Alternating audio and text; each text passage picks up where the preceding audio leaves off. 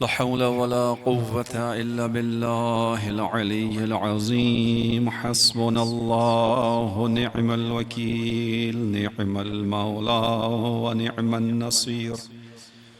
بسم الله الرحمن الرحيم. الحمد لله رب العالمين، بارئ الخلائق أجمعين، وهو أرحم الراحمين في موضع العفو والرحمة، وأشد المعاقبين في الشدة والنقمة.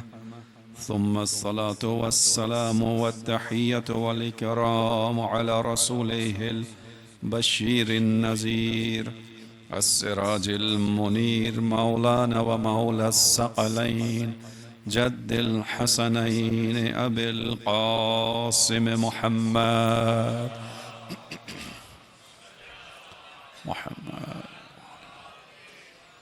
وعلى أهل بيته الطيبين الطاهرين المعصومين المظلومين، الذين أذهب الله عنهم الرجس وطهرهم تطهيرا.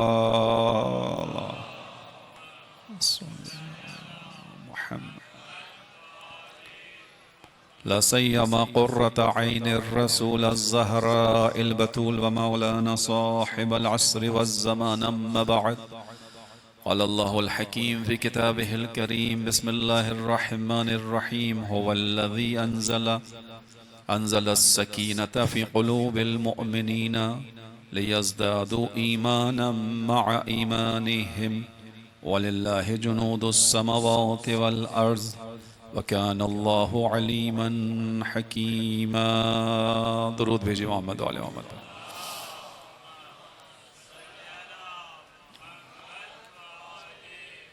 وعجل فرجهم. عزیزان و عبداللہ الحسین، انسان کا اختیار، اور اس اختیار کے ساتھ انسان نے اپنی زندگی کا فیصلہ کرنا ہے، اور اس زندگی کے فیصلے کے اوپر آخرت کا مرحلہ طے ہونا ہے. اس دنیا میں ہمارے ہاتھ جو کچھ آئے گا وہ یہاں سے ہمارا اپنا کمایا ہوا ہوگا.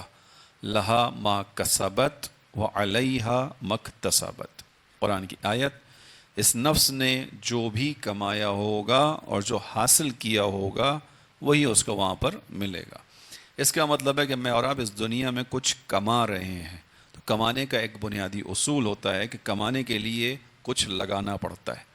انویسٹمنٹ ہوتی ہے تو پھر آپ پروفٹ لیتے ہیں، ایسا ہی ہے. سرمایہ ہوتا ہے تو پھر آپ کماتے ہیں.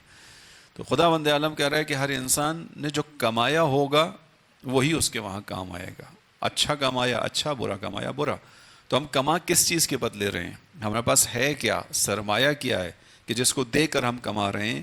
تو ہمارا جو سرمایہ ہے جسے دے کر ہم اور آپ کما رہے ہیں وہ ہماری ہر آتی جاتی ہوئی سانس ہے. ہم اپنی اس سانس کے ذریعے سے خدا کی بارگاہ میں تجارت کر رہے ہیں. ہر لمحہ، ہر لحظہ، ہر سیکنڈ ہمارا جو گزر رہا ہے وہ تجارت کے اندر ہے. خداوند عالم نے قرآن میں بھی کہا کہ کیا میں تمہیں ایسی تجارت نہ بتاؤں کہ جو تمہیں نجات سے نجات دے؟ تو آؤ تجارت کرو، اللہ پر ایمان لے کر آؤ، اللہ کے رسول پر ایمان لے کر آؤ، آخرت پر ایمان رکھو. بس ہماری بحث شروع ہوئی اختیار سے، اور ہم نے بیان کیا کہ انسان یا اعلیٰ علیین یا خلقت احسان تقویم کے نزدیک ہوگا یا اسفل سافلین. فیصلہ خود کرنا ہے. اس فیصلے کے اندر نجات پانے والوں کو خدا نے مومن قرار دیا کہ الا الذین آمنوا، جو صاحب ایمان ہوگا وہی نجات پائے گا. کل ایمان کی بحث کو ہم نے وہاں تک پہنچا دیا کہ خداوند عالم نے ہمیں اور آپ کو ایمان دیا، اور ایمان کی علامتوں کو خدا نے یہ بیان کیا کہ جو مومن ہوگا اس کو اچھی محفلیں پسند آئیں گی. حبب الیکم الایمان وزینہ فی قلوبکم، اس ایمان کو تمہارے دلوں کی زینت قرار دیا ہے. وکرہ الیکم الکفر والفسوق والعصیان، اور جو مومن ہوگا اس کو خدا کے علاوہ جو محفل ہوگی، گناہ کی جو محفل ہوگی، فسق و فجور کی محفل ہوگی، اس سے کراہت محسوس ہوگی.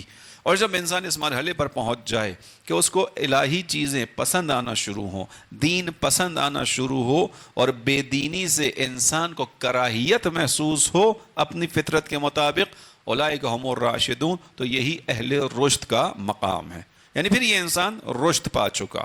رشد یعنی ترقی پا چکا. اور اس کے لیے بیان کیا تھا، رشد وہ چیز ہے جس کے لیے خدا نے حضرت موسیٰ سے کہا کہ خضر کی ہمراہی کرو، خضر کے پیچھے پیچھے چلو، خضر کے ساتھ چلو، تاکہ خضر تمہیں اس علم تک پہنچائے کہ جس کو رشد والا علم کہا جاتا ہے۔ آج گفتگو کو آگے بڑھاؤں اسی عنوان سے، ایمان کے حوالے سے، کہ ایمان کی علامت یہ ہے کہ ایمان انسان کو سکون عطا کرتا ہے۔ ایمان کی علامت یہ ہے، ایک نشانی یہ ہے کہ ایک مومن کا دل ہمیشہ مطمئن ہوتا ہے۔ اس کا مطلب یہ نہیں کہ مومن کے اوپر مصیبت نہیں آتی، مومن کے اوپر آزمائش نہیں آتی، انشاءاللہ آگے بیان ہوتا ہے بھی آپ کے سامنے، لیکن خدا نے بیان کیا هو الذی انزل فی السکینۃ فی قلوب المؤمنین، وہی خدا ہے جو مومنوں کے دلوں میں سکون کو اتارتا ہے۔ خدا کی جانب سے سکون کو حاصل کرنے کے لیے بنیادی شرط ایمان ہے۔ ہم اس دنیا کے اندر سکون حاصل کرنے کے لیے بہت کچھ کرتے ہیں، بھاگ دوڑ کرتے ہیں، مختلف لوگوں کے پاس جاتے ہیں، عاملوں کے پاس چلے جاتے ہیں، پیروں کے پاس چلے جاتے ہیں، نہ معلوم کیا کہ ہم اس دنیا میں سکون حاصل کرنے کے لیے کرتے ہیں۔ بعض لوگوں کو سکون نہیں ملتا تو وہ روزانہ سکون حاصل کرنے کے لیے گولیاں کھا کر سوتے ہیں۔ حتیٰ جو جوانوں کے اندر نشہ ڈالا جاتا ہے وہ بھی اسی لیے ڈالا جاتا ہے کہ ایک نوجوان کسی بھی وجہ سے اضطراب کی کیفیت میں گزر رہا ہوتا ہے، اس اضطرابی کیفیت سے نکلنے کے لیے جوان کوئی راستہ ڈھونڈتا ہے۔ اب ظاہر ہے شیطان کا حملہ جوان پر بہت زیادہ ہے، اس لیے کہ جوان کی اسلام میں اہمیت زیادہ ہے۔ رسول اللہ صلی اللہ علیہ وآلہ وسلم نے ارشاد فرمایا،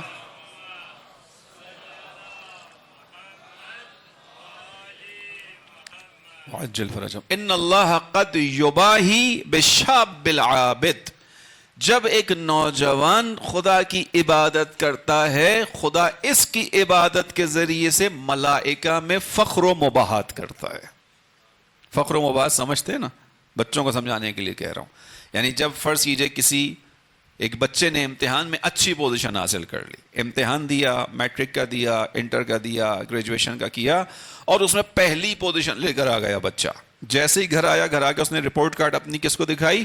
والدہ کو دکھائی۔ سب سے پہلا کام کیا کرے گی ماں؟ اس کو سینے سے لگائے گی، پیار کرے گی، چومے گی، پوزیشن لے کے آیا بچہ۔ پھر ماں ہے نا، اس کی اب خواہش ہوگی کہ اس کے بچے کی یہ کامیابی خاندان میں سب کو پتہ چلے، لہذا بچے کو بٹھا کر ماں کیا کرے گی؟ فوراً فون اٹھائے گی، اپنے گھر میں لائے گی، اپنی اماں کو، اپنی بہن کو، اپنی بھتیجی کو فون کر کے کیا کہے کہ تمہیں پتہ چلا میرے بچے نے پہلی پوزیشن حاصل کی۔ یہ جو ماں کا یہ کام کرنا ہے کہ تمہیں پتہ چلا میرے بچے نے کیا کیا، میرا بچہ پہلی پوزیشن لے کر آیا ہے، یہ فخر و مباحات کہلاتا ہے۔ نوجوان جب خدا کی محراب عبادت میں آ کے کھڑا ہوتا ہے، خدا ملائکہ سے کہتا ہے دیکھو تم نے خلقت آدم پر اعتراض کیا تھا، تم نے کہا تھا کہ اسے زمین پر بھیج رہا ہے جو جا کے فساد پھیلائے گا، خون بہائے گا، میں نے تم سے کہا تھا جو میں جانتا ہوں وہ تم نہیں جانتے۔ آؤ اس جوان کو دیکھو، چاروں طرف سے طاقتیں اس پر حملہ کر رہی ہیں، شیطان اس کو اپنے حلقے میں لینے کی کوشش کر رہا ہے، اس کے باوجود اس نے شیطان کی بات کو ٹھکرا کر میری محبت میں اس محراب عبادت میں اپنا قدم رکھا ہے۔ یہ فخر و مباحات ہے۔ نوجوان کی عبادت پہ خدا فخر کرتا ہے فرشتوں کے سامنے۔ لہذا جوانوں کے اندر خداوند نے بات نکال گیا وہاں پر کہ جوان کیا کرتا ہے؟ معمولاً نشے میں جاتا ہے۔ کیوں جاتا ہے؟ صحیح راستہ نہیں پتا ہوتا۔ جس اپنے جوانوں کو سنبھالیے، جو بزرگ بیٹھے ہیں ان سے خاضعانہ اور عاجزانہ درخواست کر رہا ہوں، اپنے جوانوں کو سمجھیں، اپنے جوانوں کو سنبھالیں۔ آپ کے جوان پر دوسرا آپ سے زیادہ اثر انداز نہ ہو جائے کہیں۔ اپنے جوان کی مشکل کو سمجھیں، اس کو سنیں، اس کی بات کو سنیں، اور جوانوں کو بھی چاہیے کہ اپنے بزرگوں سے مشورہ کریں۔ جوانوں کو بیان کروں امام علی کی بات۔ امام علی علیہ السلام نے بیان کیا کہ میرے لیے، کس کے لیے؟ جو فاتح خیبر ہے، فاتح خندق ہے، جو علم کا باب ہے، دروازہ ہے، میزان حکمت ہے، وہ امام علی بیان کرتے ہیں کہ میرے نزدیک، مجھ علی کے نزدیک، جوان کی زور بازو سے زیادہ جس چیز کی اہمیت ہے وہ ایک سن رسیدہ انسان کے مشورے کی اہمیت ہے۔ سن رسیدہ انسان جس نے ایک زندگی گزاری ہے، جس نے نشیب و فراز کو دیکھا ہے، زندگی کے اتار چڑھاؤ کو جانتا ہے، جو ماحول کو جانتا ہے، ہونے والی سازشوں کو جوان سے زیادہ جانتا ہے۔ امام علی کہہ رہے ہیں جنگ لڑنے کے لیے کس چیز کی ضرورت ہوتی ہے؟ زور بازو کی ہوتی ہے۔ امام کہہ رہے ہیں میرے نزدیک زور بازو سے زیادہ جس چیز کی اہمیت ہے وہ ایک سن رسیدہ انسان کی عقل و مشورے کی ضرورت ہے۔ یعنی انسان کو یہ مشورہ صحیح سمت میں لے کر جائے گا۔ لہذا بچوں سے کہہ رہا ہوں اپنے والدین سے دور مت بھاگو، یہ والدین تم سے محبت کرنے والے ہیں۔ ان والدین کی زندگی میں دیکھو انہوں نے کبھی تمہارا برا نہیں چاہا، حتیٰ اگر ایک جوتے کا انتخاب بھی تمہارے لیے کیا تو جتنا بجٹ ان کے پاس تھا، جتنا پیسہ ان کے پاس تھا، اس پیسے میں جو سب سے اچھا جوتا مارکیٹ میں ان کو ملا وہ لے کر آئے تمہارے لیے. یہ ماں باپ وہ ہیں. یہ ماں باپ جب تمہارے لیے کپڑا خریدنے گئے تو جتنا پیسہ ان کے پاس تھا، حتیٰ تمہارے باپ نے اپنا پیسہ بھی، اپنے کپڑے کا پیسہ بھی تمہارے کپڑے پہ لگایا ہے. انسان کبھی بھی ماں باپ کا حق ادا نہیں کر سکتا، کبھی بھی نہیں کر سکتا. وجہ پوچھیں، وجہ اس کی ایک جملے میں سمجھاؤں گا آپ کو. اولاد بھی ماں باپ کی خاطر بہت کچھ کرتی ہے، بہت کچھ کرتی ہے، اور خوش نصیب ہے وہ اولاد جو اپنے ماں باپ کی خاطر کچھ کرے. مخصوصاً آج کے دور میں جہاں ہر چیز کو ہٹایا جا رہا ہے راستوں سے، خوش نصیب ہے وہ اولاد جو ماں باپ کی خدمت گزار ہے. ماں باپ کی خدمت گزاری انسان کو بلند مقام عطا کرتی ہے. لیکن کبھی بھی انسان کچھ بھی کرنے کے باوجود ماں باپ کا حق ادا نہیں کر سکتا. ماں باپ کی عظمت کو سمجھو. ایک واقعے سے جوان بچوں کے لیے بیان کر دوں، یہ بات یہاں تک آ گئی اور سبھی کے لیے یہ بات، چونکہ ماں باپ کا حق حتیٰ ماں باپ کے مرنے کے بعد بھی ختم نہیں ہوتا. ہم میں سے جو بزرگ یہاں بیٹھے ہوئے ہیں یقیناً وہ بھی اس بات کو ہم سے بہتر جانتے ہیں کہ ان کے مرحوم ماں باپ کا حق ابھی بھی ان کی گردن پر ہے. کوئی نہیں کہہ سکتا کہ وہ دنیا سے چلے گئے ان کا حق ختم ہو گیا. نہیں، ان کے مرنے کے بعد بھی ان کا حق گردن پر باقی ہے. اسی لیے روایت نے بیان کیا کہ کتنی اولادیں ایسی ہوتی ہیں جو اپنے ماں باپ کی حیات میں فرما بردار ہوتی ہیں، ان کا نام فرما برداروں میں لکھا ہوا ہوتا ہے، لیکن ان کے مرنے کے بعد ان کا نام عاق لوگوں میں لکھ دیا جاتا ہے. جو فرما بردار تھا اپنے ماں باپ کی حیات میں، اس کا نام خدا کی بارگاہ میں ماں باپ کے مرنے کے بعد عاق لوگوں میں لکھ دیا جاتا ہے. عاق یعنی جس کا ماں باپ سے تعلق ختم ہو گیا. کیوں؟ کیونکہ ماں باپ کے مرنے کے بعد بھول گئے، انہیں یاد نہیں کر رہے، اصالِ ثواب نہیں کر رہے. اور کتنی اولادیں ایسی ہیں کہ جو اپنے ماں باپ کی حیات میں نافرمان ہوتی ہیں لیکن ان کے مرنے کے بعد فرما بردار بن جاتی ہیں، ان کے لیے یاد کرتی ہیں. ماں باپ کی خدمت کی اہمیت کو بچوں کو بیان کرنے کے لیے آگے بڑھ جاؤں تیزی کے ساتھ. ہمارے ایمان کا حصہ ہے، موضوع سے متعلق ہے. حضرت موسیٰ نے خداوند عالم سے دعا کی، بار الہ تو جنت میں کس کو میرا پڑوسی رکھے گا؟ جاننا چاہتا ہوں، ملنا چاہتا ہوں اس سے. خداوند عالم نے حضرت موسیٰ پر وحی کی کہ ٹھیک ہے، تم اپنے پڑوسی کو جاننا چاہتے ہو، جنت میں فلاں علاقے میں جاؤ، فلاں علاقے میں جاؤ گے. یہ ایک خصوصیات بتائی ایک نوجوان کی اور کہا کہ وہ تمہارا پڑوسی ہے. اب حضرت موسیٰ کو سوچئے گا، اولو العزم نبی ہیں، 5 بڑے انبیاء میں، رسولوں میں، صاحب کتاب ہیں. خدا نے ان کو کوہ طور پر کلام کے لیے بلایا. وَوَعَدْنَا مُوسَىٰ 30 لَيْلَةً وَأَتْمَمْنَاهَا بِعَشْرٍ فَتَمَّ مِيقَاتُ رَبِّهِ 40 لَيْلَةً. ہم نے موسیٰ کو 30 راتوں کے لیے بلایا، کلام کیا، درخت سے آواز دی. یہ مقام ہے حضرت موسیٰ کا. حضرت موسیٰ بتائے ہوئے ایڈریس پر چلے. ایک جگہ دیکھا، ایک دکان ہے، وہاں پر ایک نوجوان ہے. دور سے دیکھنے لگے، آبزرو کرنے لگے کہ آخر اس نوجوان میں خصوصیت کیا ہے کہ یہ نوجوان میرا پڑوسی ہے جنت کے اندر. خداوند عالم نے اس کو میرا ہمسایہ بنایا جنت میں. اب ایک طرف نبی خدا، ایک طرف ایک انسان، کوئی نہ کوئی عظمت ہوگی. حضرت موسیٰ دیکھتے رہے. نوجوان نارمل اپنا کام کرتا رہا، دکان پہ چیزیں بیچ رہا ہے، تجارت کر رہا ہے، سب ہو گیا. جب وقت ختم ہو گیا، دکان بند کی اس نے. حضرت موسیٰ نے اس کو کہا، اپنا نام نہیں بتایا کہ میں موسیٰ ہوں، کہا میں اس علاقے میں آیا ہوں اور جگہ ظاہراً نہیں ہے، اگر ممکن ہو تو میں تمہارا مہمان رہنا چاہتا ہوں، ایک دن کے لیے مہمان رکھ لو مجھے اپنا. اس نے قبول کیا کہ آئیے آپ میرے گھر چلیے.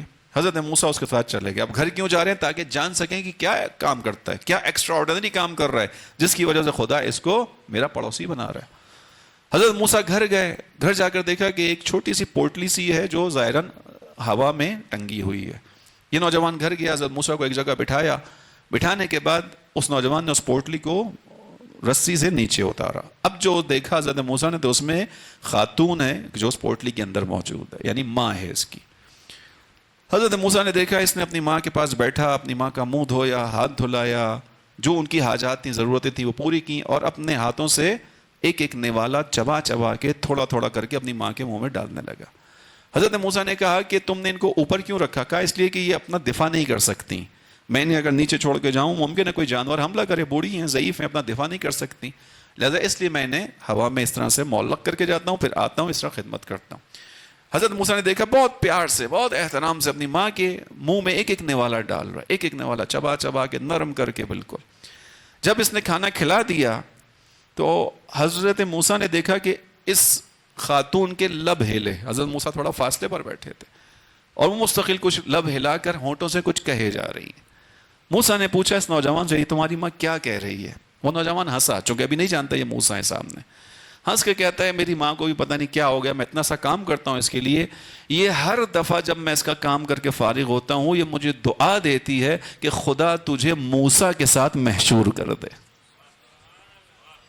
خدا تجھے موسیٰ کے ساتھ محشور کر دے۔ تو وہ جو گیا اپنے ماں کی دعا کا اثر، ماں کی دعا کا اثر، ماں کی دعا نکلی خدا تجھے موسیٰ کے ساتھ محشور کرے، خدا نے قبول کر لیا۔ بس بچوں سے کہہ رہا ہوں یہ ہے ماں باپ کی عظمت، یہ ہے ماں باپ۔ لہذا ماں باپ کے ساتھ بیٹھو، ان سے دوری اختیار نہ کرو۔ میڈیا تمہارے ماں باپ کو یہ شو کر رہا ہے کہ وہ آؤٹ ڈیٹڈ ہیں، انہیں نہیں پتا، وہ اس دنیا کو نہیں جانتے، وہ اس دنیا کی چیزوں کو نہیں سمجھتے، تم سب سے اچھا سمجھتے ہو۔ یہ میڈیا کا اثر ہے، یہ ٹک ٹاکس کا اثر ہے، سوشل میڈیا کا اثر ہے۔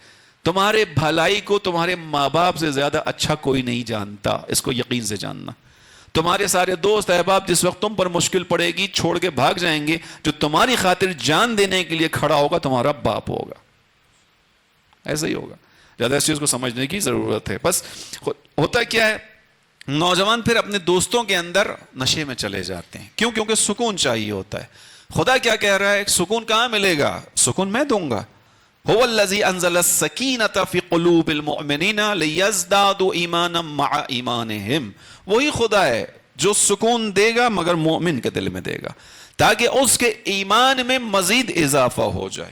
اب خدا کہہ رہا ہے میں سکون دے سکتا ہوں۔ اگلی آیت کا ٹکڑا کیا ہے، وَلِلَّهِ جُنُودُ السَّمَوَاتِ وَالْأَرْضِ، میں سکون دینے کی طاقت رکھتا ہوں کیونکہ جو بھی آسمان اور زمین کے اندر جو بھی ہے وہ سب کا سب خدا کا لشکر ہے۔ وَلِلَّهِ جُنُودُ السَّمَوَاتِ وَالْأَرْضِ، آسمان اور زمین میں جو بھی ہے وہ سب خدا کا لشکر ہے۔ خدا کا لشکر کا کیا مطلب؟ یعنی خدا فرمان دیتا ہے، جو کچھ آسمان اور زمین میں وہ خدا کے فرمان کے تابع ہے۔ لہذا تمہارے کام اگر کہیں رکے ہوئے ہیں، اٹکے ہوئے ہیں، تو خدا کے پاس آؤ، خدا بند عالم تمہارے کاموں کو حل کرے گا۔ خدا ہر چیز کو جاننے والا ہے۔ ایمان کی ایک خصوصیت انسان کے دل میں سکون کا آنا ہے، مطمئن ہونا ہے۔ لہذا میں اور آپ خدا کی طاقت پر مطمئن ہو سکتے ہیں۔ درود پڑھیے محمد و آل محمد پر۔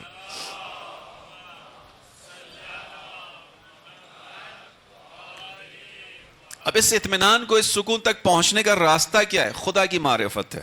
قرآن کی آیت ہے وَتَوَكَّلْ عَلَى الْحَيِّ الَّذِي لَا يَمُوتُ۔ دیکھو تمہیں اگر کسی پہ ڈیپینڈنٹ ہونا ہے، توکل کا میں معنی کیا کر رہا ہوں؟ ڈیپینڈنٹ ہونا۔ کسی پر تم اعتماد کرنا چاہتے ہو، کسی پہ بھروسہ کرنا چاہتے ہو، تم چاہتے ہو کوئی تمہارے کاموں کو انجام دے، تمہارے ساتھ کھڑا ہو جائے۔ اگر فرض کیجئے، ابھی ایک چھوٹی سی مثال دوں کہ فرض کیجئے کوئی وزیر ہو، ہمارے خاندان کا ہو، ہم کسی کام کے لیے جا رہے ہوں، ہم اسے ایک فون کریں گے کہ میں فلاں کام کے لیے جا رہا ہوں، ذرا آپ خیال کرنا۔ یہ فون کرنے کے بعد دل کو ہمارے ایک اطمینان ہوتا ہے کہ نہیں ہوتا؟ وہ وزیر ہے، اس کے کہنے پہ یہاں پہ بہت سی چیزیں، مسائل حل ہو جائیں گے۔ ٹھیک، جو خداوند عالم ہے وہ کہہ رہا ہے تم وزیروں کے چکر میں نہ پڑو، تم پیروں کے چکر میں نہ پڑو، تم خداوند عالم سے التجا کر کے نکلو۔ جانے سے پہلے 2 رکعت نماز حاجت پڑھ لو، خدا سے کہو پروردگار جو میرے اختیار میں میں کرنے جا رہا ہوں، اب جو تیرے اختیار میں ہے تو وہ کر دینا۔ تمہارا اختیار محدود ہے، میرا اختیار محدود نہیں ہے۔ دلوں کو میں پلٹاؤں گا، یا مقلب القلوب والابصار، اے دلوں کو اور آنکھوں کو پلٹا دینے والے خدا بند عالم ہے۔ لہذا کیا کرو، وَتَوَكَّلْ عَلَى الْحَيِّ الَّذِي لَا يَمُوتُ، اے مومنو اس پر بھروسہ کرو کہ جو ایسا حی ہے، زندہ ہے کہ اس کے علاوہ ہر شے فنا ہو جائے گی، اس کو کبھی موت نہیں آئے گی۔ تو جب اسے موت نہیں آئے گی تو اس کی قدرت کو بھی موت نہیں آئے گی۔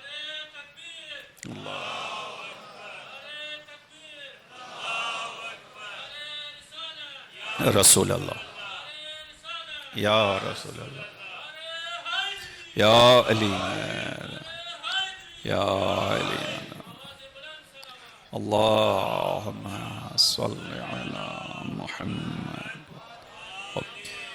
بس توکل کرو اس پر جو حی ہے، حیات دینے والا، زندہ نہیں ہے، حی ہے، یحیی الموتى ہے، مردے کو حیات دینے والا ہے، اس پہ توکل کرو۔ اس کی قدرت باقی ہے، اس کی طاقت وہی ہے۔ اس نے اگر آگ سے ابراہیم کو نکالا تھا تو نکالنے کے بعد اس کی قدرت ختم نہیں ہو گئی، آج تک اس کے پاس وہی قدرت باقی ہے۔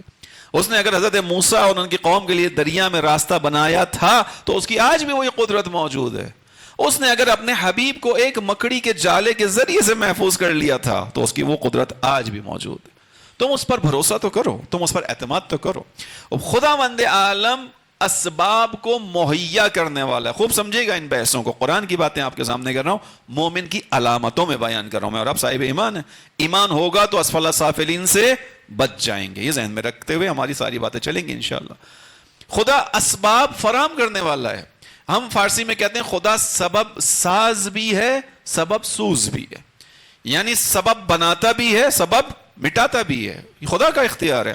محسن قراتی ایران کے ایک خوبصورت مفسرین میں سے ہیں, اور بہت اچھی ان کی تفسیریں ہوتی ہیں. انہوں نے ایک نقطہ بیان کیا, خوب توجہ کیجئے گا. یعنی چیزوں کے اندر جو اثر ہے وہ دینے والا کون ہے؟ خدا بند عالم ہے. چیز بظاہر ہے کہ ایک انتہائی خوبصورت مثال بیان کی میں نے حضرت موسیٰ کی عصا کی, آپ کے سامنے کل بھی بیان کی تھی. وہ ایک اور جہت تھی بیان کرنے کی, آج ایک اور جہت ہے بیان کرنے کی. حضرت موسیٰ کے پاس عصا ہے, اس عصا کے ذریعے سے خدا کام لے رہا ہے حضرت موسیٰ کے ذریعے سے, ٹھیک ہے. عصا کیا چیز ہے؟ ایک لکڑی کا ٹکڑا ہے, لیکن اس لکڑی کے ٹکڑے میں اثر کون ڈال رہا ہے؟ خدا. حضرت آیت اللہ محسن قراتی خدا کے اثر کو بیان کرنے کے لیے اس مثال کو دینا, خوب توجہ سے سنیے گا. خدا جس چیز میں چاہے جیسا اثر چاہے ڈال سکتا ہے, ٹھیک ہو گیا, جیسا اثر چاہے. حضرت موسیٰ کے اسی عصا کے بارے میں قرآن ہی کی 2 آیتیں ہیں. اسی قصے میں جب موسیٰ اپنی قوم کو لے کر چلے, دریائے نیل پر پہنچے, تو جب پہلی جگہ پہنچے تو آگے دریا نیل آ گیا. خدا نے حضرت موسیٰ پر وحی کی, ہم نے وحی کی موسیٰ کے اوپر, کیا کرو؟ انضرب بعصاک البحر فانفلق. لکڑی وہی ہے, عصا وہی ہے. خوب توجہ سے سنیے گا اس مثال کو, خوبصورت مثال ہے. لکڑی وہی ہے, عصا وہی ہے. موسیٰ کو کیا کہا؟ اضرب بعصاک البحر, اپنے اس عصا کو دریا پر مارو. فانفلق کیا ہوگا؟ یہ 2 حصوں میں تقسیم ہوگا. یعنی بہتے ہوئے پانی کو ہٹا دے گا, خشکی اوپر آئے گی. ایسا ہی ہوا. عصا کا اثر کیا بنا؟ بہتے ہوئے پانی کو ہٹانا, خشکی کو ابھارنا, لوگوں کے لیے راستہ بنانا. موسیٰ نکل گئے, آگے چلے گئے. اب لشکر چل رہا ہے, ایک جگہ پہنچے, وہاں بھوک اور پیاس لگی. لوگوں نے کہا موسیٰ لشکر آپ کے ساتھ ہے, اب پیاس لگ رہی ہے, بھوک لگ رہی ہے. سامنے ایک پتھر, خداوند عالم نے اب آواز دی, انضرب, اضرب وہی ہے مارو, انضرب بعصاک الحجر. یہاں پر کیا ہے؟ حجر ہے, وہاں کیا تھا؟ بحر. دریا پر مارو, دریا کیا ہوگا؟ پانی 2 حصوں میں تقسیم ہوگا. اب سوکھے پتھر پہ کہا کہ انضرب بعصاک الحجر, اپنے اس عصا کو اس سوکھے پتھر پر مارو. نتیجہ کیا ہوا؟ اس سوکھے پتھر سے پانی کے 12 چشمے پھوٹنے لگے. پانی کے 12 چشمے پھوٹے. قرآن کی آیات ہیں. آغا محسن قراتی کہہ رہے ہیں کہ عصا تو وہی ہے, عصا کا کام یا پانی میں سے, پتھر میں سے پانی نکالنا ہونا چاہیے تھا, یا بہتے ہوئے پانی کو روکنا چاہیے تھا. ایک جگہ اس عصا نے بہتے ہوئے پانی کو روک کر خشکی نکالی, ایک جگہ اس عصا نے سوکھے پتھر سے پانی کا چشمہ نکالا. حقیقت میں یہ عصا کا کمال نہیں ہے, یہ خداوند عالم کا کمال ہے. یعنی خدا ایک ہی عصا کے ذریعے 2 کام لے رہا ہے, پر خدا سبب ساز ہے, خدا سبب سوز ہے. اس لیے اس خدا پہ توکل کرو, اس خدا پر بھروسہ کرو. یہ خدا کسی بھی ذریعے سے تمہاری مشکل کو آسان کر سکتا ہے. درود پڑھیں محمد و آل محمد پر.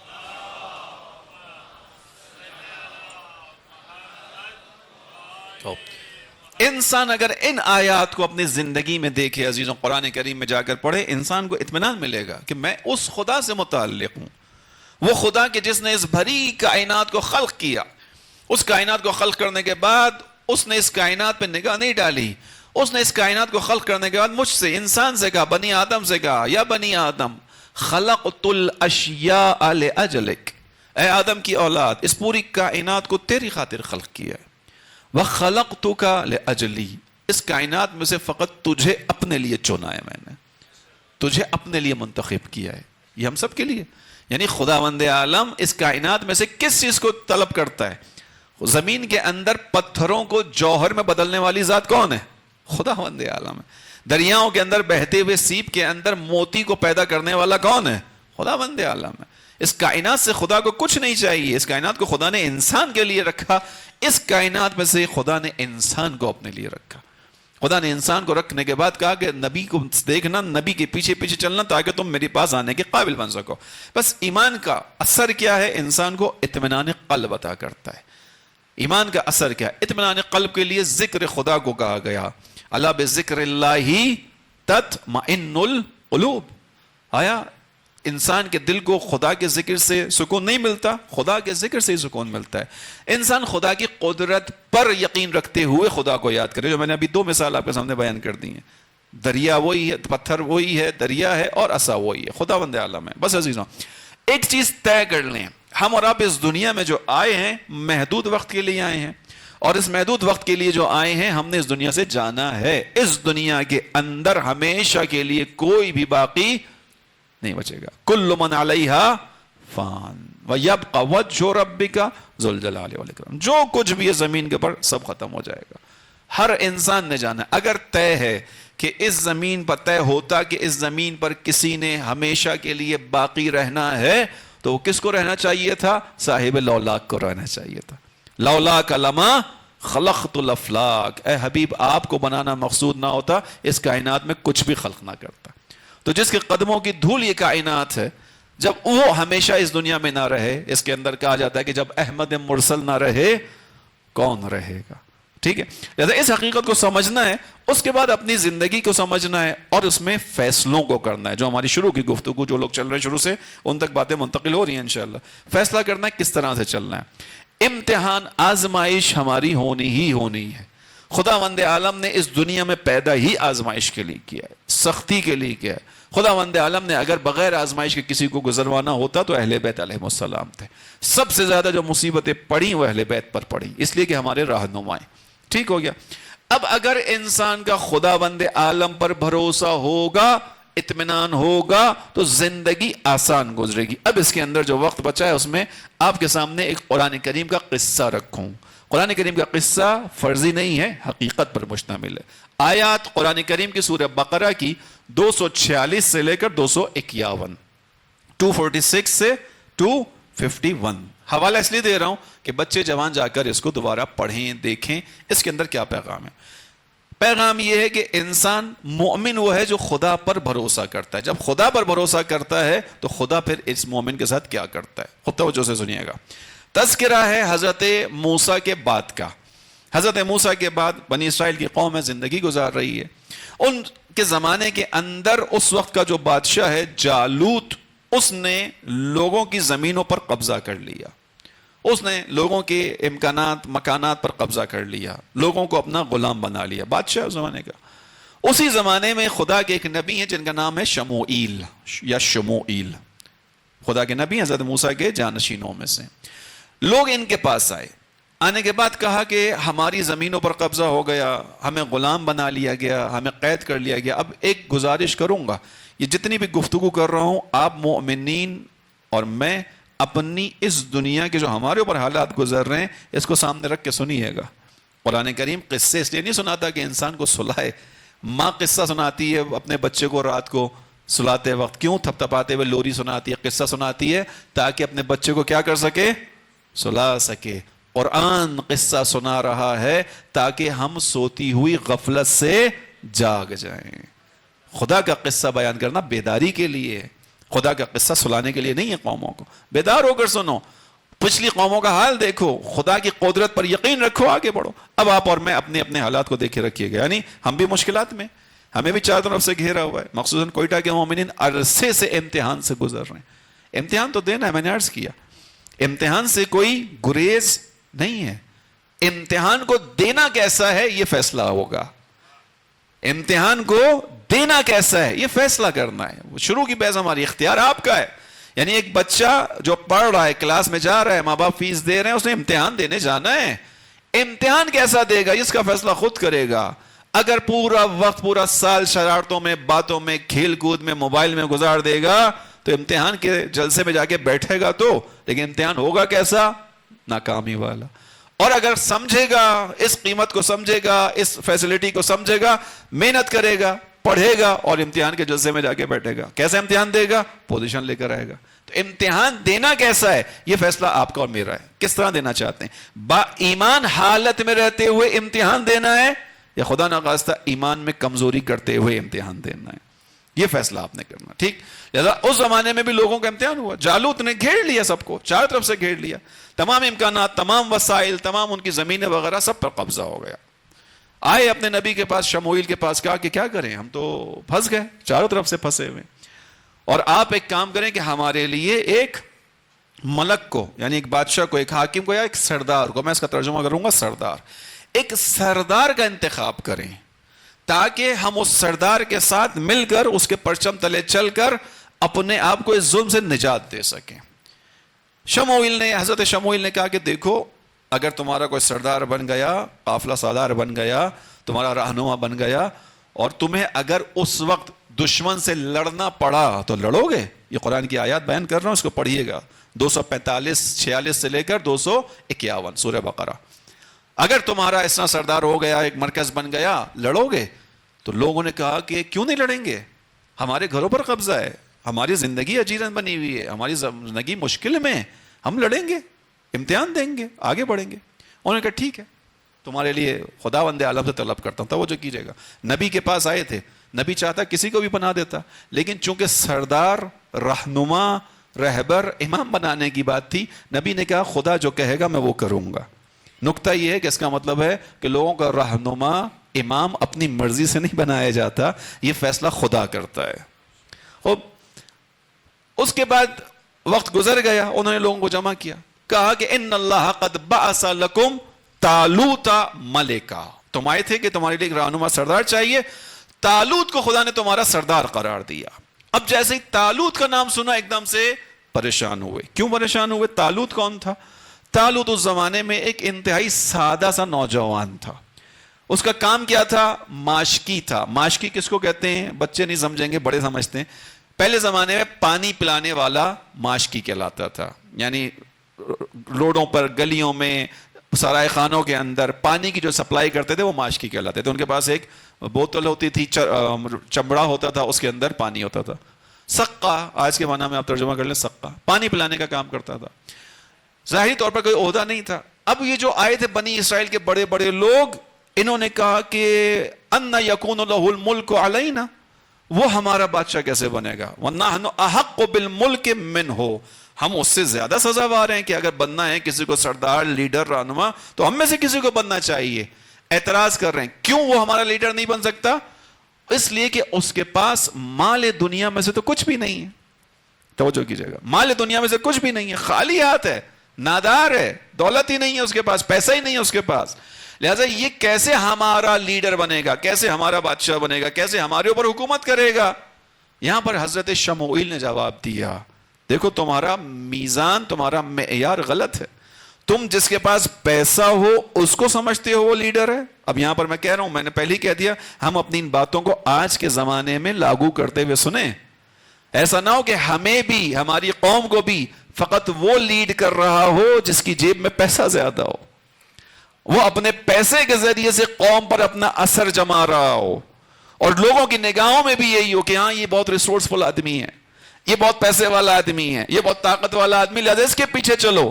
قرآن یہ معیار نہیں دے رہا، قرآن معیار کچھ اور دے رہا ہے۔ جس کے پیچھے چلنا ہے اسے پہچانو، کس کے پیچھے چلنا ہے، کس کے پرچم تلے چلنا ہے، کس کے پیچھے چلو گے تو تم اپنی مشکلات سے نجات حاصل کرو گے۔ توجہ کیجیے گا، یقیناً آج ہر جگہ ہو رہا ہے، کراچی میں، پاکستان کے ہر علاقے کے اندر ہو رہا ہے، پیسے والے افراد اوپر آ رہے ہیں، قوم کو اپنے ہاتھ میں لینا چاہ رہے ہیں، اور اس طریقے سے قوم کو راستے سے ہٹانا چاہ رہے ہیں۔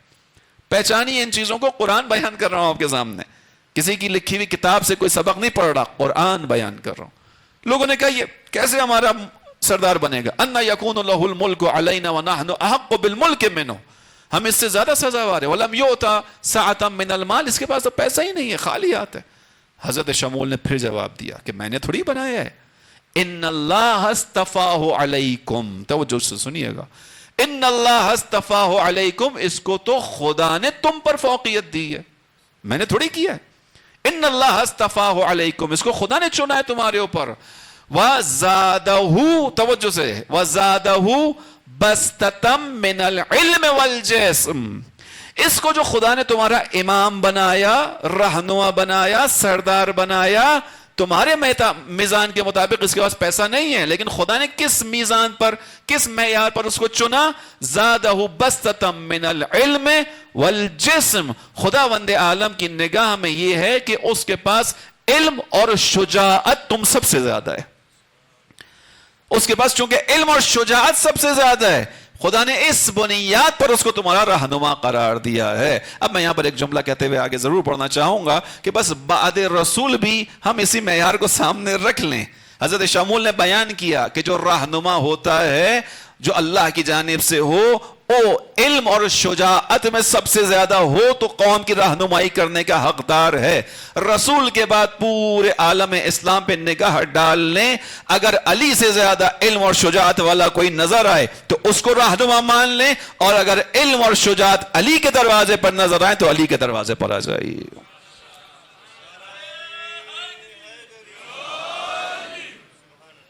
میزان قرآن نے دیا, ان اللہ اصطفاہ علیکم, خدا نے اس کو چنا ہے, وزادہ بسطۃ من العلم والجسم, چونکہ اس کا علم اور شجاعت سب سے زیادہ ہے.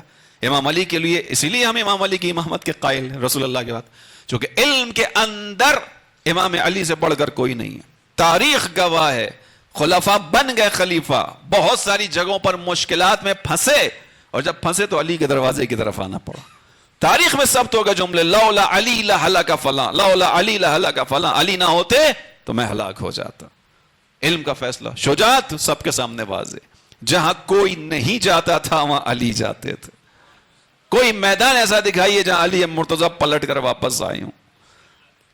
خیبر فتح ہو کے نہ دیا, لوگ خوش تھے جنگ خیبر میں شرکت کرنے والے, چلو اس مرتبہ ہمیں موقع ملے گا اپنی شجاعت دکھانے کا, اس مرتبہ ہمیں موقع ملے گا, ہم نمبر آ کے لے کے جائیں گے, ہم رسول کی نگاہوں میں آئیں گے.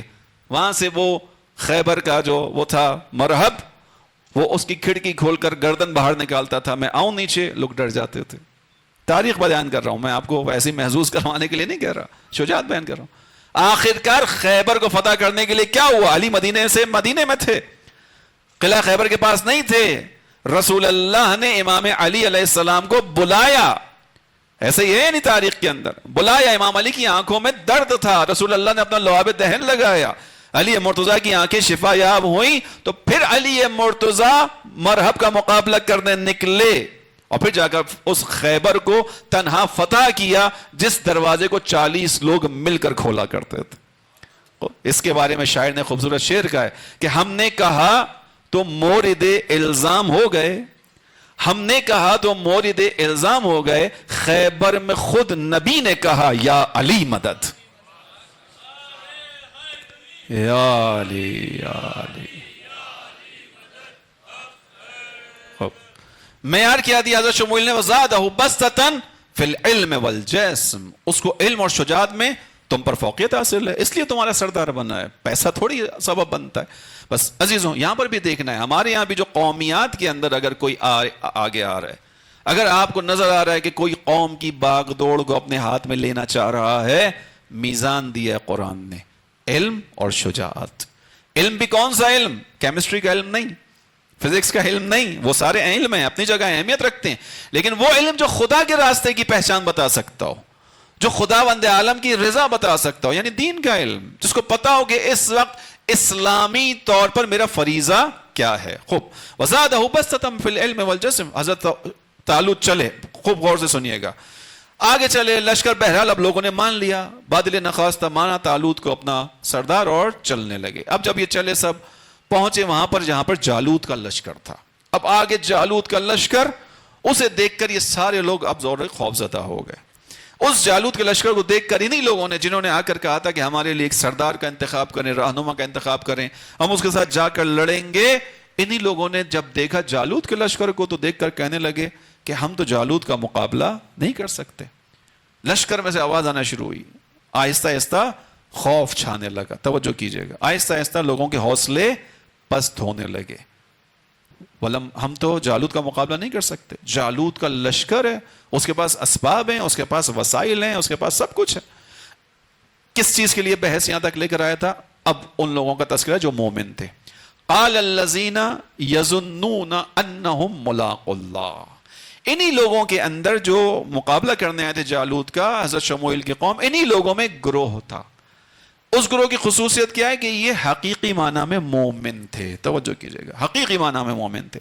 قال الذین یظنون انہم ملاق اللہ, انہی لوگوں میں سے کچھ لوگ کہ جن کو خداوند عالم سے ملاقات کا یقین اور ایمان تھا.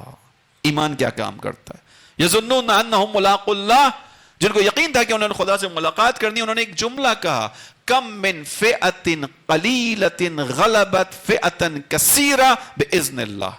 اے ہمارے لشکر والوں، اے ہمارے بھائیوں، اے ہمارے دوستوں، گھبراتے کیوں؟ کتنا تاریخ کے اندر جا کر دیکھو، نظر آتا ہے کہ قلیل لشکر کثیر لشکر پر غالب آیا اللہ کے اذن سے. اللہ کا اذن ہو تو لوگ کم ہونے کے باوجود کثرت پر غالب آ جاتے ہیں. اگر تم مومن ہو، قرآن کی آیت، انتم الاعلون، تم ہی بالا دست ہو، ان کنتم مؤمنین، اگر تم مومن ہو. اگر مومن ہو تو کوئی تم سے اوپر نہیں جا سکتا. قرآن کی آیت. خوب توجہ کیجئے گا. مشکل آئی اس قوم کے سامنے، ایک مشکل آئی، لیکن کس کی وجہ سے وہ قوم جیتی؟ قال الذین یظنون انہم ملاقو اللہ، جنہوں نے ایمان رکھا تھا موت کے اوپر، جو میں نے بیچ میں بیان کیا. اصل دیکھیں ہمارا معاملہ ہے یہی، ہم دنیا کی مشکلات سے نکلنا چاہتے ہیں. کیوں نکلنا چاہتے ہیں؟ اس لیے کہ ہم سوچتے ہیں کہ ہم یہاں سے نکل کر کہیں دور علاقے میں چلے جائیں گے، سکون کی زندگی مل جائے گی. میں نے عرض کیا سکون کو خدا نے اس دنیا میں رکھا ہی نہیں ہے. آزمائش ہے، امتحان ہے، کہ فیصلہ کرنا ہے کہ میں نے یہ امتحان دینا کیسے، مومنانہ حالت میں دینا ہے یا غیر مومن حالت میں دینا ہے. حل عزیزان من، جوانوں سے اب عرض کر رہا ہوں مخصوصاً، یقین کرو حل دنیا کے کسی بھی ملک میں جانے سے نہیں ملے گا. میں بھی افریقہ سے ہو کے آیا ہوں، وہاں پر بھی نوجوانوں کی یہی مشکل ہے جو یہاں کے نوجوانوں کی ہے. وہاں پر بھی نوجوانوں نے یہی سمجھا ہے کہ شاید ہماری مشکلات کا حل یہ ہے کہ ہم مغربی دنیا میں چلے جائیں. اور مغربی دنیا میں بھی چلے جاؤ گے، زندگی تو اتنی ہی گزارو گے جتنی ہے.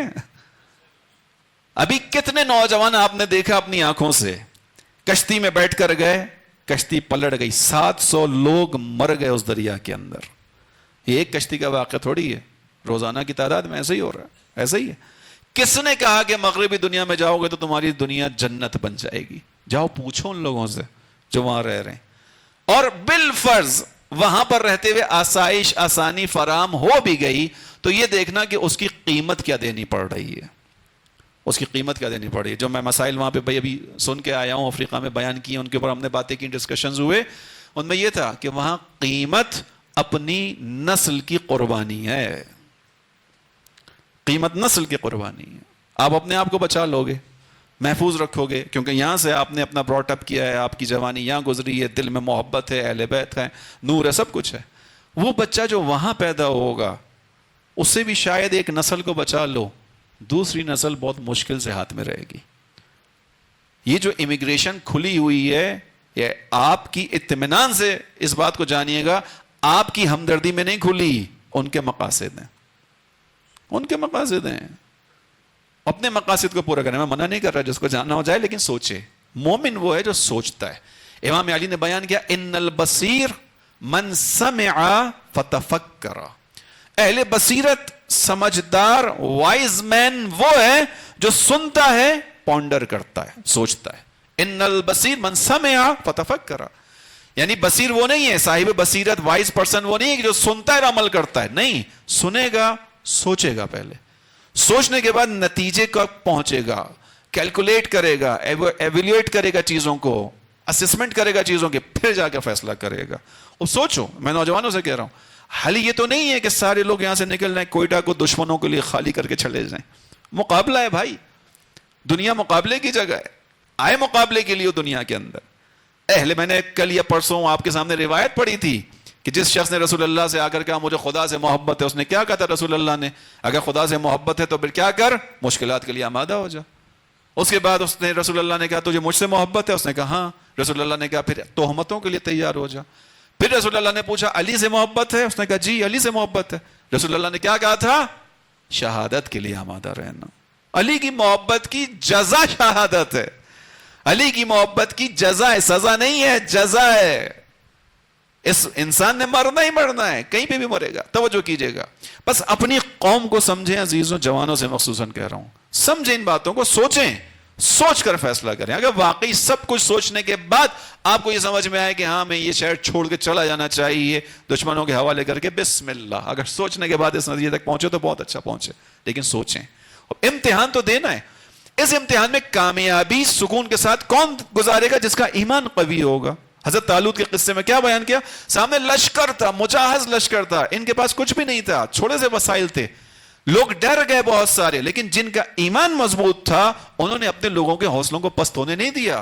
قال الذین یظنون انہم ملاقو اللہ، انہی میں وہ لوگ کہ جو اللہ سے ملاقات کا یقین رکھتے تھے، یعنی موت پر یقین رکھتے تھے.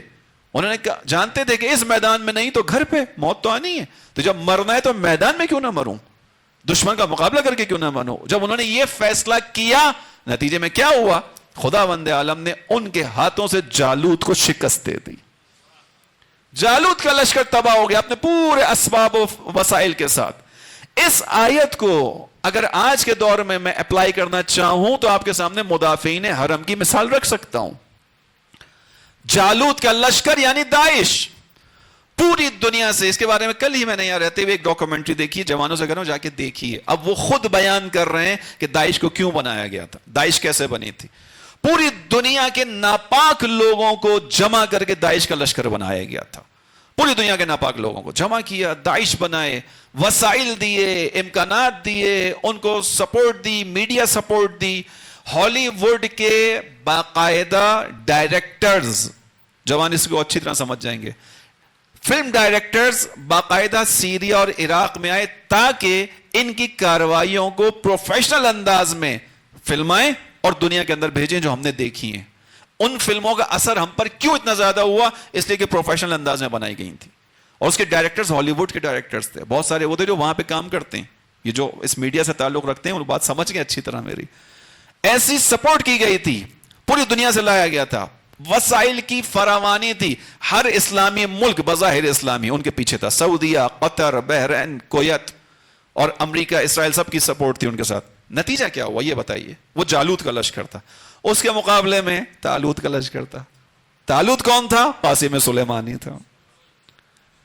کتنے وسائل تھے ان کے پاس؟ جو ان پہ وسائل لگے داعش پر $7 ٹریلین کا بجٹ لگ چکا تھا. $7 ٹریلین یہ لگ چکا تھا. اسے بنانے والے کہتے تھے کہ ہمیں اگر خود اب اس داعش کو ختم کرنا ہوگا 20 سال لگیں گے. 3 سال کے اندر قاسم سلیمانی اور اس کے لشکر نے داعش کو ختم کر دیا تھا. کیسے ہوا؟ کم من فئۃ قلیلۃ غلبت فئۃ کثیرۃ باذن اللہ. اگر قلیل تعداد والا اللہ پر ایمان رکھے تو اللہ اس قلیل لشکر کو کثیر پر غلبہ عطا کر دیتا ہے. یہ قرآنی سنت ہے، یہ قرآن کے اندر نہیں ہے. فقط میں نے آج کے دور کی مثال اس لیے دی کہ یہاں بیٹھے ہوئے بچوں میں جو اس وقت 10 سال کا بھی ہے اس کے بھی ذہن میں کچھ نہ کچھ نقوش مدافعین حرم کے ہیں. آنکھوں سے دیکھا ہے، آنکھوں سے دیکھا. میں نے پچھلی تاریخ کا حوالہ اس لیے نہیں دیا، ورنہ بہت سے حوالے تاریخ کے اندر. اس تاریخ کا حوالہ اس لیے دیا کہ ابھی 10 سال کا بچہ بھی سمجھتا ہے میں کیا کہہ رہا ہوں. حقائق ہیں عزیزوں. کوئٹہ کے اندر آپ کے اوپر مشکلات ہیں، یقیناً ہیں، خدا ان مشکلات کو برطرف فرمائے، لیکن اس کو دور کرنے کا راستہ خوف زدہ ہو کے نہیں ہے. اس کو دور کرنے کا راستہ حوصلہ کر کے، حوصلہ کر کے میدان میں کھڑے ہو کر ہے. دشمن چاہتا ہی ہے کہ آپ یہاں سے نکل جائیں، چلے جائیں. آپ کے لیے امیگریشن کے دروازے کھلے ہوئے ہیں. وہ آپ کی نسلوں سے کام لینا چاہتا ہے. ذہن میں رکھیے گا، میں نے عرض کیا وہ اپنے مقصد کے لیے بلا رہا ہے آپ کو. آپ وہاں جا کر اپنے آپ کو سنبھال لیں گے، اپنی اگلی نسل کو سنبھال لیں گے. یقین سے جانیے اس کے بعد کی نسلیں آپ کی نہیں ہیں. یہ میں ان لوگوں کا حال دیکھ کر آ رہا ہوں وہاں پہ جو ابھی دیکھ کے آیا ہوں، بیان کر رہا ہوں. وہ رو رہے ہیں اس وقت ان چیزوں پہ. اس وقت ان کے بچے ان کے نہیں ہیں. ابھی وقت ختم ہو گیا، وہ چلے گئے. ویسٹرن دنیا خلاف فطرت چیزوں کے پیچھے چلی گئی ہے. بس ایک جملہ بیان کر کے ختم کر دوں اپنی بحث کو. خلاف فطرت، چونکہ امام زمانہ فطرت کی آواز ہیں. امام زمانہ کا ساتھ وہ دے پائے گا جو اپنی فطرت پر باقی رہے گا. سمجھیے گا اس بحث کو. فطرت کی آواز، چونکہ خدا کا نظام امام کے ہاتھوں سے پھیلنا ہے. خدا کا نظام فطری آواز ہے. اس فطرت کا ساتھ دینے کے لیے انسان کو اپنی فطرت پر باقی رہنا ضروری ہے. ویسٹ کی دنیا میں اس وقت خلاف فطرت چیزیں باقاعدہ لیگلائز ہو گئی ہیں. LGBT، جا کے اس کو دیکھ لیجیے گا، جوانوں سے کہہ رہا ہوں، بہت زیادہ کھل کے نہیں بول رہا. LGBT موومنٹ ہے، باقاعدہ ایک موومنٹ ہے، تحریک ہے. یعنی وہ کام جو قوم لوط نے کیا وہ کام پہلے بھی ہوتا تھا، ویسٹ میں بھی ہوتا تھا، ہر جگہ ہوتا تھا. اس وقت اس کو تحریک میں بدل دیا گیا ہے. وہاں کے اسکولوں کے اندر پابندی ہو گئی ہے کہ انہوں نے اپنے اسکولوں میں اس چیز کی تعلیم دینی ہے. ویسٹ میں رہنے والا بچا کے دکھائے اپنے بچے کو. نہیں آپ بچا سکتے اپنے بچے کو, وہاں مجبوری ہے, آپ بچے کو اسکول بھیجیں گے, پڑھائیں گے, وہ اعتراض کا حق آپ کے پاس. کچھ والدین نے کیا, اعتراض کیا جا کے, بھائی ہمارا مذہب نہیں ہے, ہمارا کلچر نہیں ہے. انہوں نے کہا آپ کا کلچر ہے یا نہیں ہے, مذہب ہے یا نہیں, ہمیں اس سے سروکار نہیں ہے. آپ کی نیشنلٹی یہاں کی ہے, تو جو نیشنلٹی کے مطابق جو رول ہے اس کنٹری کا وہ آپ پر اپلائی ہوتا ہے. آپ یہاں کے نیشنل ہیں, یہ پڑھانا پڑے گا.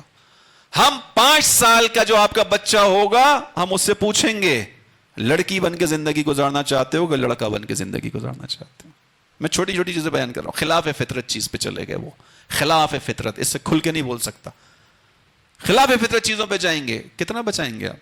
آیا اس امتحان میں اپنے آپ کو ڈالنا عقل مندی ہے؟ اگرچہ یہاں پر بھی برائی پھیل رہی ہے, لیکن اب وہی والی بات ہے, کیلکولیشن والی بات ہے کہ یہاں رہتے ہوئے بچنا آسان ہے یا وہاں رہتے ہوئے بچنا آسان ہے. اب یہاں رہتے ہوئے بچنا آسان ہے. ہاں ٹھیک ہے, سامنے ایک دشمن ہے ہمارے, لیکن بہرحال ہم چونکہ خود سے کمزور ہیں, اس لیے وہ دشمن ہمارے سر پہ چڑھتا ہے. جس وقت ہم مضبوط ہو جائیں گے, یہاں کا دشمن ہمارا کچھ نہیں بگاڑ سکے گا. ہمیں تتر بتر دیکھتا ہے تو ہم پر حملہ کرتا ہے, ہماری صفوں میں انتشار دیکھتا ہے تو ہم پر حملہ آور ہے. جس دن ہم مٹھی بن جائیں گے تو پھر اس کا جبڑا توڑنے کی طاقت پیدا ہو جائے گی.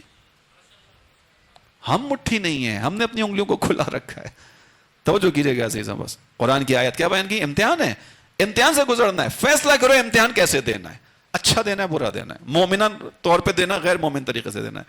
یہ آسانیاں نہیں ملیں گی عزیزوں تو زندگی کے اندر. میں نے عرض کیا, اگر آسانی کی زندگی خدا نے دینی ہوتی رسول کو دیتا, آسانی کی زندگی خدا نے دینی ہوتی علی مرتضیٰ کو دیتا. اور علی مرتضیٰ کی زندگی دیکھیے جا کے, اپنی روزانہ کی زندگی گزارنے کے لیے امام علی باغ میں کام کرتے ہیں, جو مولا کائنات ہے. ہم آج کی مشکل میں جس کو پکارتے ہیں اور اس یقین کے ساتھ پکارتے ہیں کہ وہ مولا ہماری مدد کرتا ہے اور بخدا کرتا ہے, وہ مولا اپنی ظاہری زندگی گزارنے کے لیے باغ میں کنواں کھود رہا ہے. کام کرنا ہے, محنت کرنی ہے. وہ مولا اپنی زندگی گزارنے کے لیے جا کر بعض اوقات کچھ نہیں ہوتا اس مولا کے پاس, تو قرض لے کر زندگی گزارتا ہے. جناب سیدہ کی چادر گروی رکھ کے, اس چادر کو یہودیوں نے دیکھا, اس چادر کو دیکھ کر ایمان لے آئے. یہ اللہ کے نبی کی بیٹی کی چادر, اس سے نور بلند ہوتا ہوا دیکھا. بس عزیزوں, یہ زندگی یہ سخت ہے لیکن گزارنا ہے. کیسے آسانی ہوگی؟ اللہ پر یہ ایمان کے ساتھ. طالوت کی مثال ہمارے سامنے, جب اس طالوت نے اپنے لشکر کو لے کر گیا, کم من فئۃ قلیلۃ غلبت فئۃ کثیرۃ باذن اللہ, اللہ کے اذن سے قلیل لشکر جو ہے وہ کامیاب ہوتا ہے. اب جب یہ لشکر اترا جالوت کے مقابلے پہ, بس آخری جملہ اس آیت کو پورا کر دوں, جب یہ لشکر اترا جالوت کے مقابلے پر تو اس نے ایک دعا کی, ربنا افرغ علینا الصبر وثبت اقدامنا وانصرنا علی القوم الکافرین. اس آیت کا پیغام بھی سن لیجئے زحمت تمام. ربنا افرغ علینا صبر, خدایا ہمیں فراوان صبر عطا فرما, یعنی زیادہ صبر عطا فرما. ثبت اقدامنا, ہمارے قدموں کو جما دینا. وانصرنا علی القوم الکافرین, ہمیں کافروں پہ غلبہ عطا کرنا. کیوں انہوں نے اس دعا کے اندر آخری دعا پہلے نہیں کی؟ کیوں نہیں کہا پروردگار جب کہ تو سنتا ہے تو وانصرنا علی القوم الکافرین, ہمیں کافروں پہ غلبہ دے دے؟ نہیں, جانتے ہیں کہ کافروں پر غلبہ پانے کے لیے کچھ اصول ہیں. وہ کیا ہیں؟ میدان میں آنا ہوگا, کھڑا ہونا ہوگا. جب میدان میں کھڑے ہوگے تو مصیبت آئے گی, اس پہ صبر کرنا ہوگا اور ثابت قدمی دکھانی پڑے گی. جب صبر کرو گے, ثابت قدمی دکھاؤ گے تو خدا کی مدد آئے گی. اسی لیے دعا کی ترتیب دیکھ لیں, افرغ علینا صبرا, پہلے صبر مانگا ہے, مصیبت برداشت کر سکیں, تحمل کر سکیں. ثبت اقدامنا, قدم لڑک, ہمارے قدم ڈگمگا نہ پائیں, ہمارے قدموں کو جما دینا. اور جب تو ہمیں صابرانہ انداز میں ثابت قدمی کے ساتھ کھڑا ہوا دیکھے, ہم اپنے حصے کا کام کریں. وانصرنا علی القوم الکافرین, تو اضافی مدد بھیج کر ہمیں کافروں پہ غلبہ دینا. یہ سنت ہے بس عزیز. زحمت تمام کی. کم من فئۃ قلیلہ غلبت فئۃ کثیرۃ باذن اللہ. قلیل لشکر کثیر لشکر پر غالب آ جاتا ہے اگر وہ لشکر خدا والا ہو. اس کو اور اچھے انداز میں سمجھنا ہے تو کربلا چل کر دیکھ لیجیے, کتنا قلیل لشکر ہے جو میرا مولا حسین لے کر آئے, اور مقابلے پہ کتنا کثیر لشکر ہے. دشمن کے لشکر کی جو کم ترین تعداد ہے عزیزوں وہ 30,000 ہے, کم ترین تعداد جو تاریخ میں رقم ہے. بعض مورخین نے اس کو لاکھ تک لکھا، 1,20,000 تک لکھا، بعض نے کئی لاکھ لکھا، کم ترین تعداد 30,000 ہے۔ اور امام حسین کا لشکر کتنے لوگوں پر مشتمل ہے؟ 72 لوگوں پر۔ اور ان 72 کی ترتیب بھی دیکھ لیجئے ذرا، ان 72 افراد کے اندر 95 سال کا ضعیف انسان بھی شامل ہے، کہ جو جب میدان جنگ میں جا رہا ہے تو پورے قد سے کھڑا نہیں ہو سکتا، اپنے پٹکے کو اپنے کمر پر کس کے باندھتا ہے تاکہ تھوڑا سا قد سیدھا کر کے چل سکے، حسین کا ساتھ دے سکے۔ اس 72 کے لشکر میں سارے جوان نہیں ہیں، اس 72 کے لشکر میں ایک بڑی تعداد بچوں کی ہے۔ 11 سال کا عمر ابن جنادہ موجود ہے، 13 سال کا قاسم موجود ہے، اون محمد موجود ہے۔ وہ کثیر کے مقابلے میں جو قلیل لشکر حسین ہے، اس قلیل کے اندر 6 مہینے کا علی اصغر بھی شامل ہے۔ لیکن تاریخ نے دیکھا کہ یہ قلیل لشکر غالب آ گیا، کس کے اوپر؟ اس کثیر لشکر پر۔ آج اس کثیر لشکر کا نام و نشان نہیں ہے۔ اگر دنیا کسی کے روزے پہ جاتی ہے تو عاشقانہ ابا عبداللہ الحسین کے روزے پہ جاتی ہے۔ قلیل لشکر کا کثیر پر غلبہ ہے۔ ہم تو حسینی ہیں، حسین کے ماننے والے ہیں، مثال کربلا کی ہمارے سامنے۔ بس ایمان کے ساتھ آؤ تو خداوند عالم تمہارا محافظ ہے۔ بس عزیزوں، وہ وقت بھی ہے۔ اسی لشکر کے اندر بہت سارے لوگ موجود ہیں، لیکن اسی لشکر کے اندر بیویاں بھی موجود ہیں۔ لشکر کے 2 حصے ہوئے، ایک حصہ قربانی کربلا کے میدان میں دے گا، ایک کی قربانی کربلا کے میدان کے بعد شروع ہوگی۔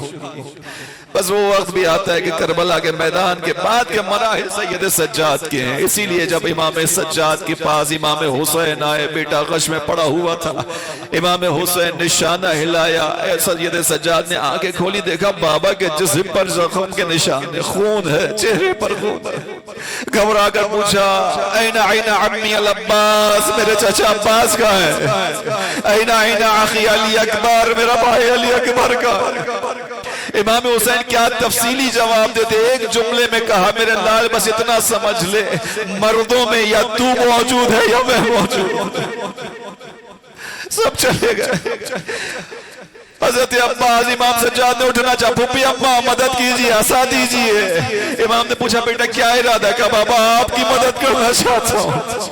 میرے مولا نے کہا، میرے لال میرا امتحان ختم، اب تیری منزل ہے، اب تو نے امتحان دینا ہے، مگر تیرا امتحان کربلا کا نہیں ہے، شہادتوں کا امتحان میں دے چکا، اب اسارت کا امتحان تیرا ہے، اب وہ مرحلہ تو نے طے کرنا ہے۔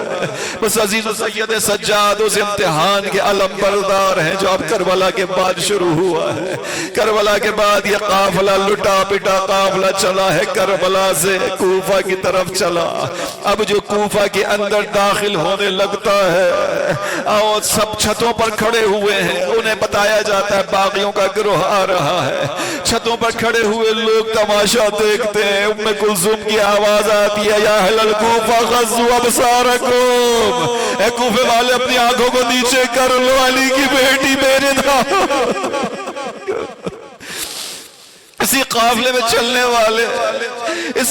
چلنے والوں کے اوپر جب بچوں کو دیکھتے ہیں لوگ کہ بچے بھوکے پیاسے ہیں، اوپر سے کھجوروں کو پھینکتے ہیں، صدقہ کرتے ہیں۔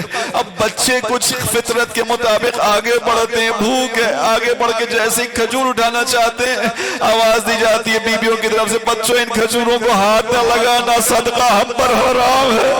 اتنا سن کر خواتین پوچھتی ہیں، ایو الاسارا انتنا، ارے تم کون ہو جس پہ صدقہ حرام ہے؟ یہ کہتی ہے، نحن اسراء آل محمد، ہم اسی محمد کے آل کے اسیر ہیں جس کی خاطر یہ کائنات خلق ہوئی تھی۔ ہم علی کی بیٹیاں ہیں، ہم فاطمہ زہرا کی بیٹیاں۔